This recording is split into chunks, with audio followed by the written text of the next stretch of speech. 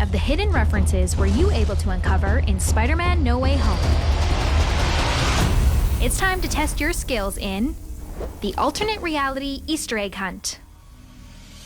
From the crowd we hear, "You're just a kid?" calling back to Spider-Man 2 when Tobey's identity is also revealed after stopping the train, and one of the civilians he saves says, "He's just a kid." Peter and MJ swing past a Rogers the Musical ad, the Broadway musical Clint Barton attends in the Hawkeye series. MJ, I'm so sorry, but I can't see anything. The Times Square billboard reveals the half Spider-Man face image that was used to reveal when Peter's Spider-Sense was activated in the comics.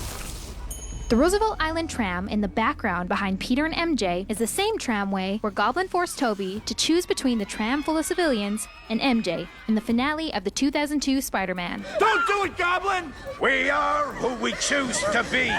Now choose! Is Peter's use of web and manhole cover a moment of foreshadowing?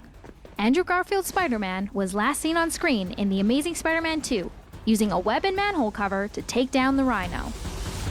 The deli that's behind Peter and MJ is the third Del Mar's establishment to be featured in the trilogy. The first deli appeared in Homecoming, and the second appeared in a Far From Home deleted scene.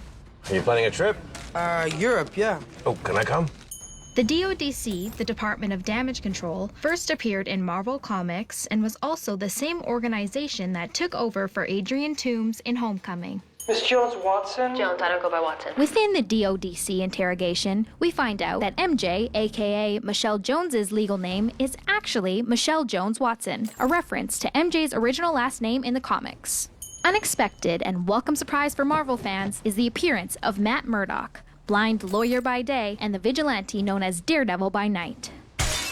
Murdock's superpowered radar alerts him to the brick hurled at Peter Parker. How did you just do that? I'm a really good lawyer. In the comics, Betty Brant was originally J. Jonah Jameson's secretary before later becoming a reporter for the Daily Bugle. License plate reference to the first Spider-Man comics in 1963.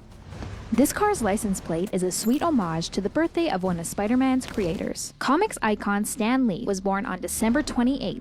I guess one person can make a difference. The power of the sun in the palm of my hand. This dialogue is a reference to the Spider-Man 2 film.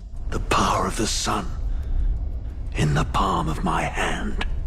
MJ discovers Strange's secret to the perfect goatee in the workshop basement. That feels weird, but I'll allow it. Feast is the homeless shelter May worked at in the comics and later in the wildly popular Spider-Man video game. This image of Peter in the Strange cape is similar to the zombie hunter Spider-Man in the cape from Marvel's What If. I just had a fight with Dr. Strange and I totally won. What? Look, I stole his ring thing. The purple hoodie Norman wears is a callback to the look of the comics with Norman in a purple hood. So, Peter Parker, what pernicious propaganda are you peddling? JJJ's overuse of alliteration is a callback to the comics, and Jonah's headlines overusing alliteration. The power is different.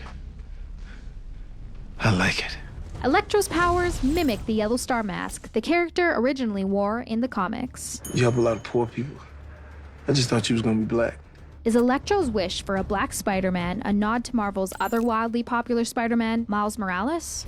Looking closely at the silhouettes of the beings about to break through into our reality, we see a silhouette carrying a spear, which appears to be Spider-Man Rogue Kraven the Hunter.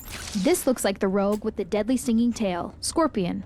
And last but not least, this image looks like the obscure but fan favorite six-armed Spider-Man. The grungily modest studio apartment Peter inhabits is a callback to Tobey's Spider-Man 2 apartment, and the one Peter could barely afford in the original comics. Peter sewing his own suit is a callback to the comics creation of his first spider suit. The color and design of Peter's latest suit at the end of the film is most similar to the original look created by Steve Ditko in the comics.